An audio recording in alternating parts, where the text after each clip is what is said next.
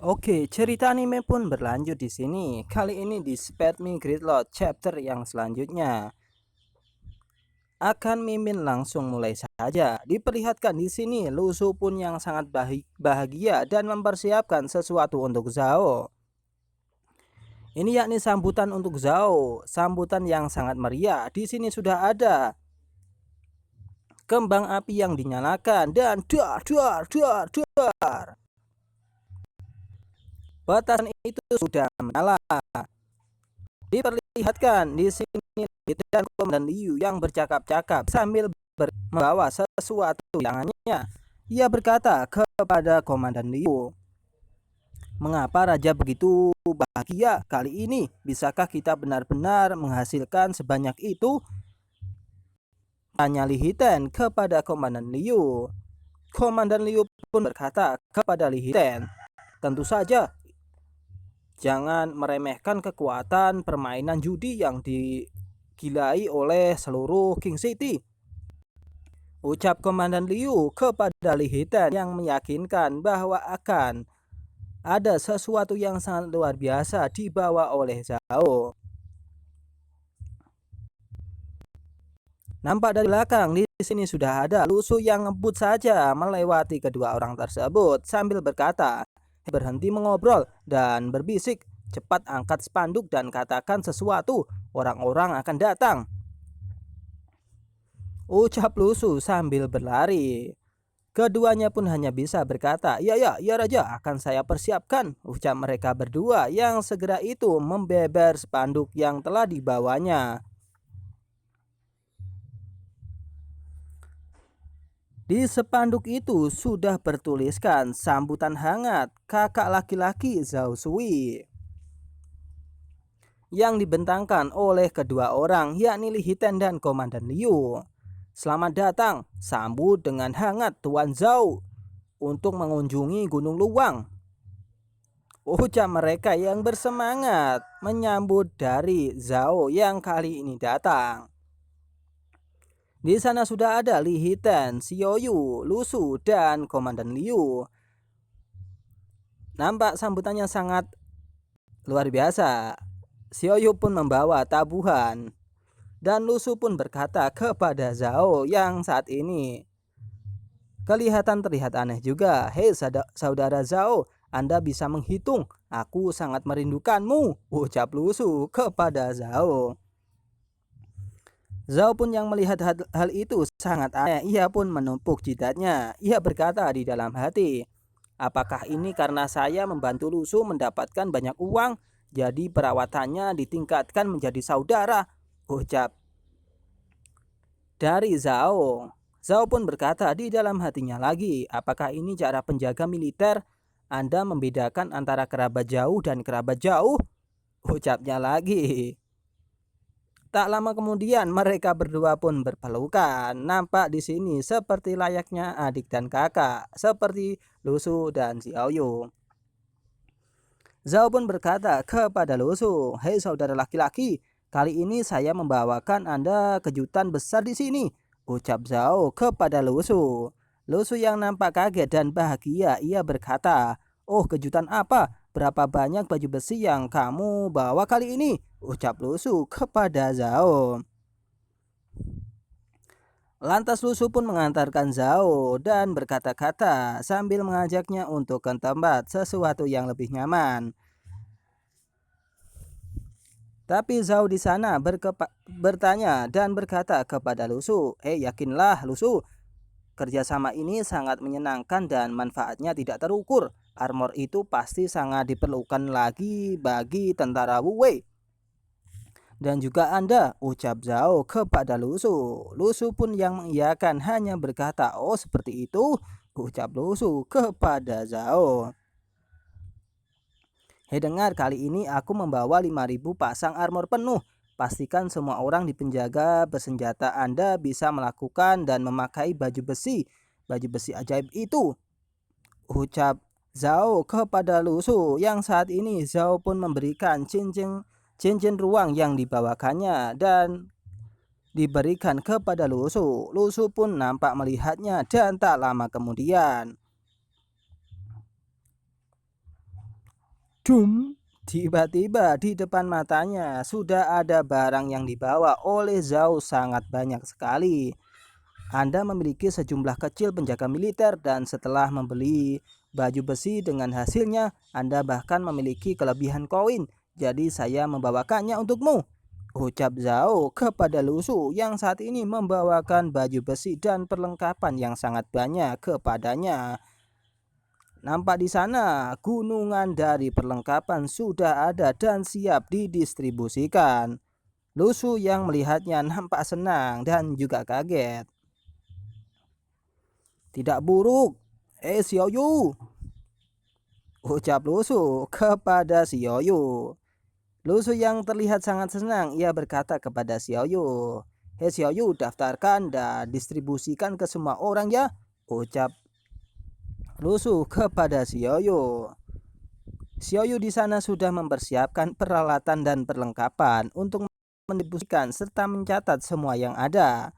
Oke, siap, akan saya laksanakan Lu Su, ucap Xiao Yu kepada Lu Su. Lu Su gembiranya bukan main karena ia tidak hanya mendapatkan baju besi yang sangat banyak, ia juga mendapatkan uang dan emosi negatif tentunya. Di sini sudah terlihat emosi negatif yang sangat banyak. Lu Su berkata di dalam hati dan sedikit tertawa. Hehehe, kali ini selain baju besi dan uang dewa, yang lebih penting adalah ia telah menjaring ratusan juta emosi negatif, ucap Lu Su di dalam hati yang saat ini membawa balon berisi emosi negatif yang sangat banyak dan berat, yang kemungkinan akan digunakannya untuk mencapai level Master 1. Sambil tertawa dan tersenyum, ia pun berkata dalam hatinya lagi, mungkin setelah saya menebus kunci, saya akan dapat meningkatkan ke puncak Master level A. Tugas ini sangat indah, akan lebih baik jika ada lebih banyak lagi, ucap Lu Su di dalam hatinya memikirkan sesuatu yang aneh. Ia pun ingin mendapatkan keadaan seperti itu kedua kalinya. Lantas ia pun berkata kepada Zhao, lalu apakah Anda akan membuka pasar baru jika ada menekannya? Ucap Lu Su yang menginginkan uang yang banyak lagi kepada Zhao dan menjalankan pasar perjudian. Zhao pun menghentikan perkataan Lu Su dan kelihatannya cukup aneh ini. Zhao pun berkata, itu hilang untuk sementara waktu dan uang yang harus disedot dalam waktu singkat. Selain itu, banyak anak berbakat di Wangcheng memiliki banyak pendapat tentang kasino dan harus diam dulu, ucap Zhao kepada Lu Su yang menginformasikan bahwa hal ini tidak akan bisa diulang kembali dalam waktu dekat. Lu Su yang mengetahui hal itu, ia pun merunduk, merasa kelelahan dan kecapean sambil menepuk jidatnya. Hei, apa yang saya lakukan sebelumnya? Agak terlalu jelas taruhan bahwa tidak ada yang akan mati memang terlalu kejam, ucap Lu Su yang menyayangkan kejadian sebelumnya. Ia berkata lagi kepada Zhao, jadi Anda tidak bisa menghasilkan uang seperti ini di masa depan bukan? Ucap Lu Su kepada Zhao. Zhao yang kemudian mendengarkan hal itu, ia berkata kepada Lu Su, itu tidak benar, orang-orang itu pelupa. Setelah jangka waktu tertentu mereka akan menempatkan beberapa pasar lagi yang menurut mereka adil dan masuk akal, dan mereka akan terus bertaruh, ucap Zhao. Sang bandar Songke, kasino perjudian yang sangat besar. Ternyata di sini sang bandar sudah memperhitungkan hal yang serupa dan hal yang menarik jika orang-orang tidak akan pernah berhenti untuk berjudi. Karena hal itu, sang bandar memanfaatkannya. Nampak di sini uang yang sangat banyak dan perempuan-perempuan yang sangat cantik. Jika ada yang pengen daftar, silahkan daftar saja ke Mimin. Tulis di kolom komentar ya. Oke, Mimin hanya bercanda. Zhao di sini pun berkata kepada Lu Su, penjudi mengatakan setiap hari bahwa mereka kehilangan 9 dari 10 taruhan, tetapi berapa banyak orang yang benar-benar berhenti berjudi? Tidakkah kalian semua berpikir untuk membalikan keadaan?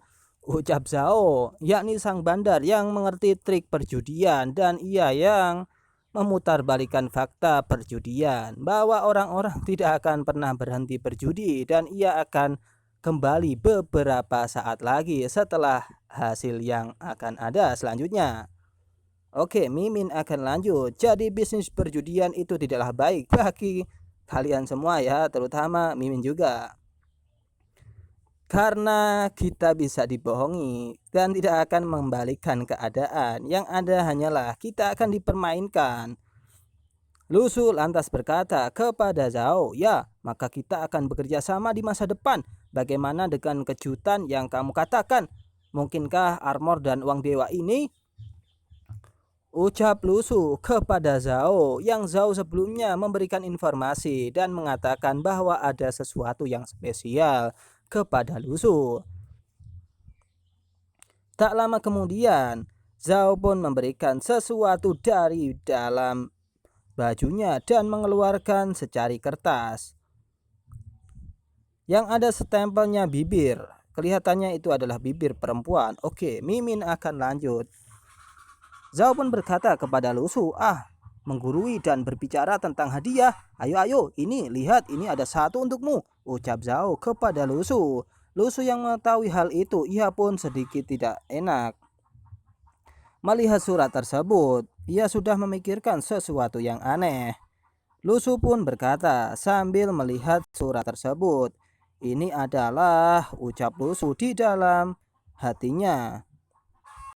Melihat surat tersebut, nampak Zhao berkaca-kaca. Ia berkata, bos saya, kepala aristokrat hebat dari keluarga Song, bersedia berteman dengan Anda jika Anda pergi ke kota kekaisaran suatu hari nanti. Anda dapat mengambil surat ini untuk menemukannya, ucap Zhao kepada Lu Su. Lu Su yang mengetahui maksud tersebut, ia pun berpikir, apa yang terjadi dengan para bangsawan ini? Rekrutmen tinggi di atas, memberi surat seperti hadiah dengan siapa?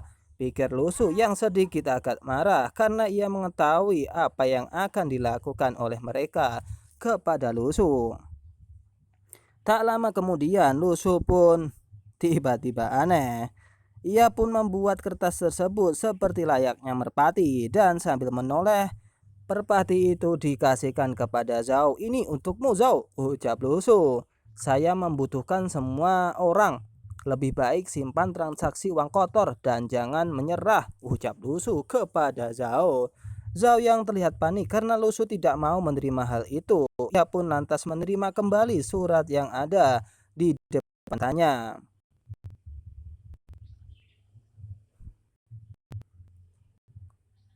Zhao pun hanya berpikir dan nampak di sini nilai emosi negatif keluar dari Zhao plus 666 sambil melihat kertas berstempelkan bibir tersebut.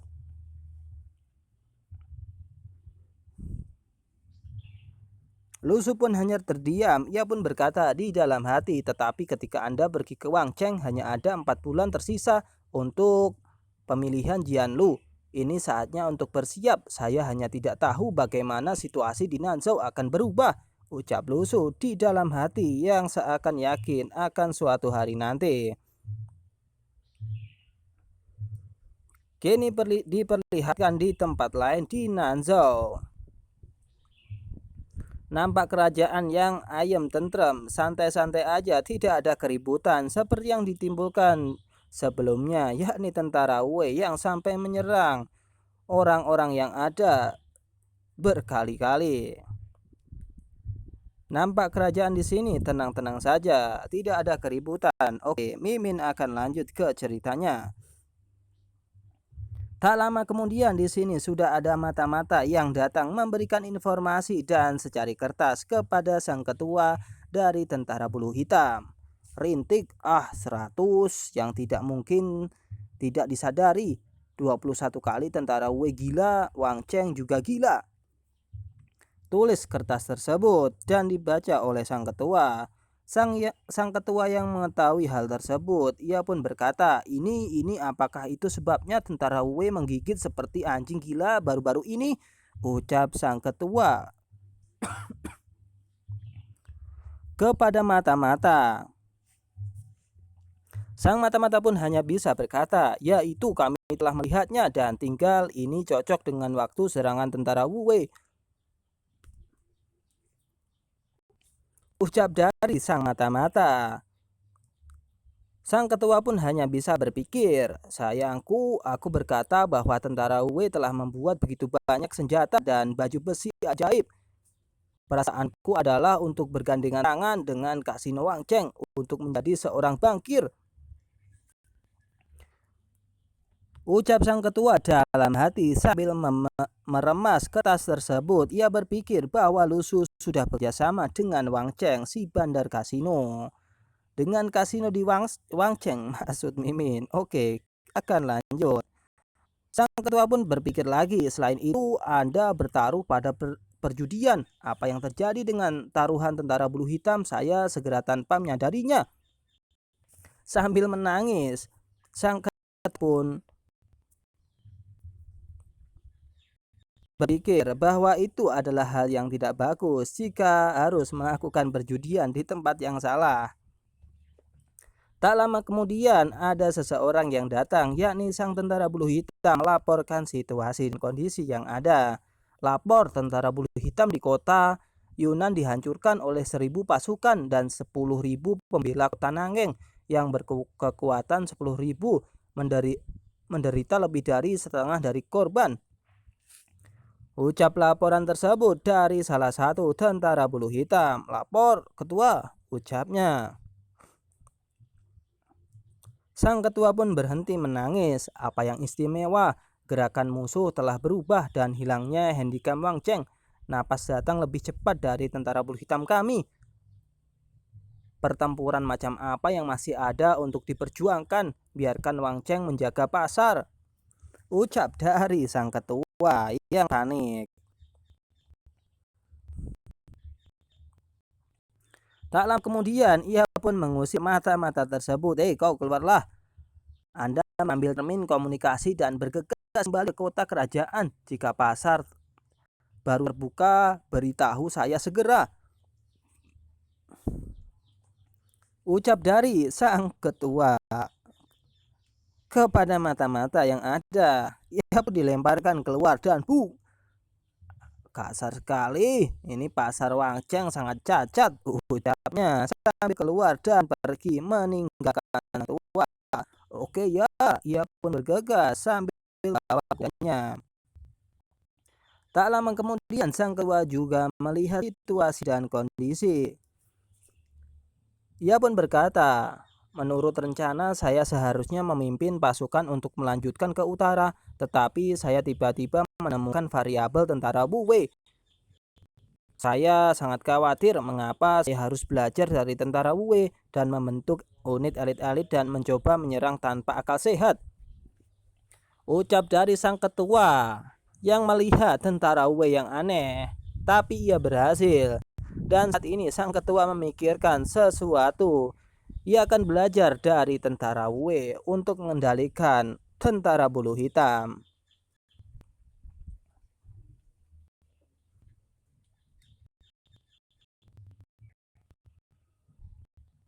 Di sini sudah ada di Kabupaten Linjavo, yakni di Nandu. Ini adalah rumah besar yang ditinggali oleh kakek Lin, yakni sang master level 1 si Ijo. Kekuatannya energi spiritual berwarna hijau yang dulu pernah bertemu dengan Komandan Liu di chapter yang sebelumnya. Di rumah tersebut sudah ada Lin, sang master level 1 hijau bersama dengan anaknya. Ia pun nampak minum teh dengan santai. Ia berkata kepada anaknya. Anaknya melihat bapaknya yang aneh dan menatapnya dengan serius. Terlihat di sini Lin tiba-tiba meneteskan keringat dingin dan berpikir sesuatu yang aneh dan akan terjadi di masa depan.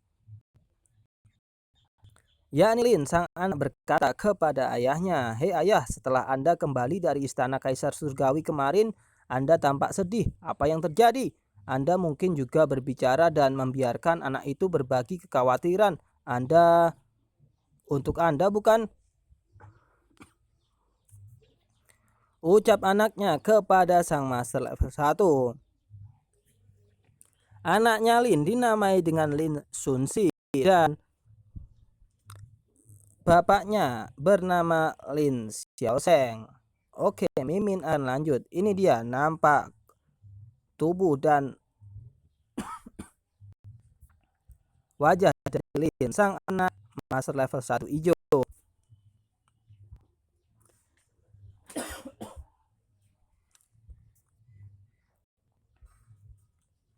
Cerita pun kembali. Lin sang master level hijau pun berkata kepada anaknya, apalagi yang bisa terjadi? Bukan hanya untuk situasi perang Nanzhou ini. Ucap Lin kepada Lin sang anaknya. Ia pun lantas bercerita panjang terkait hal tersebut. Kenapa ia murung saat ini?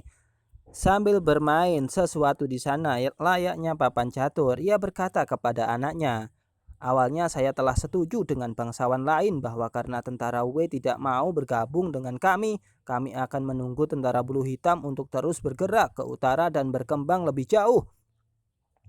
Setelah membubarkan pasukan, mereka mengirim pasukan untuk mengalahkan tentara bulu hitam. Ucap Lin. Lantas Lin pun melanjutkan perkataannya, tanpa diduga tentara Wei benar-benar menyeret kekuatan utama tentara bulu hitam ke WB Pas. Lebih buruk lagi, kemarin Tokose pelayanan istana di tengah berkata bahwa Kaisar Surga akan segera pergi. Ucap Lin yang memikirkan hal tersebut. Ia dikasih tahu bahwa Kaisar Surga akan pergi.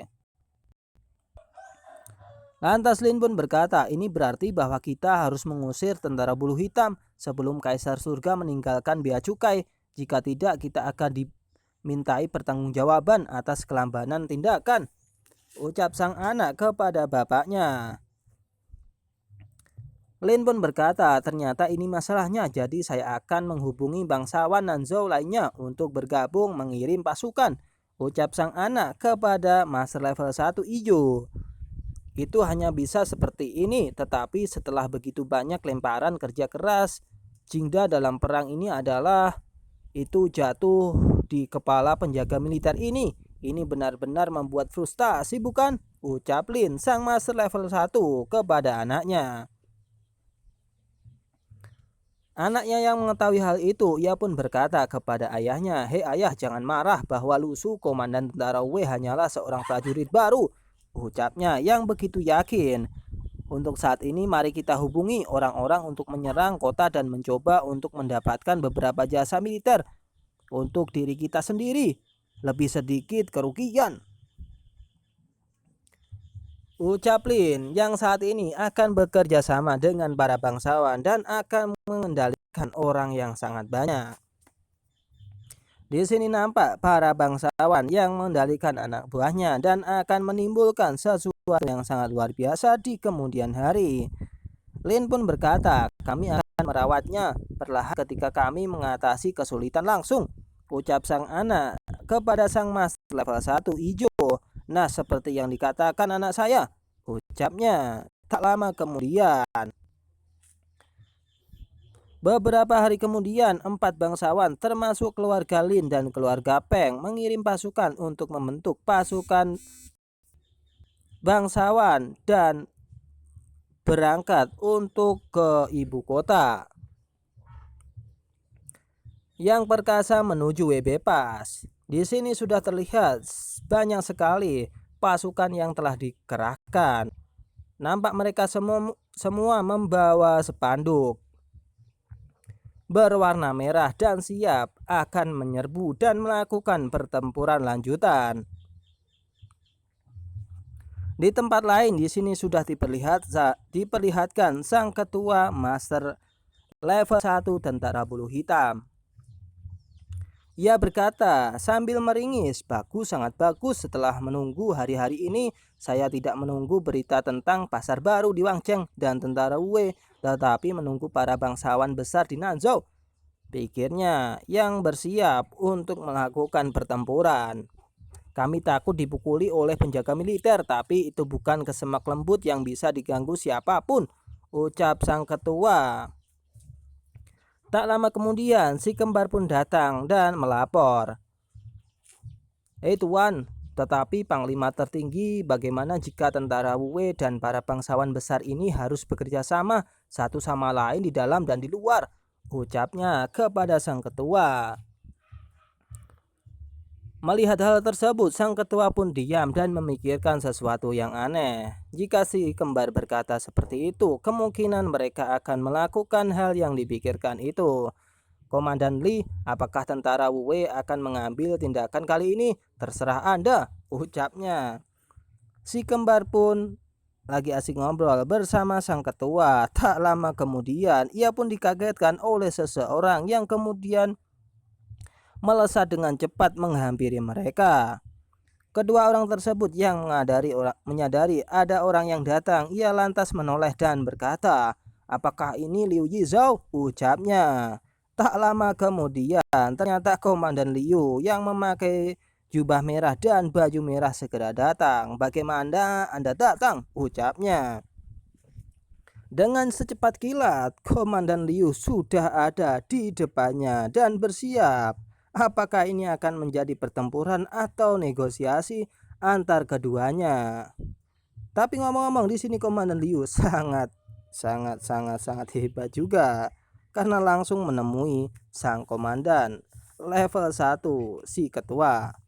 Dan Mimin akan lanjut ke cerita selanjutnya di chapter yang selanjutnya juga. Oke, terima kasih.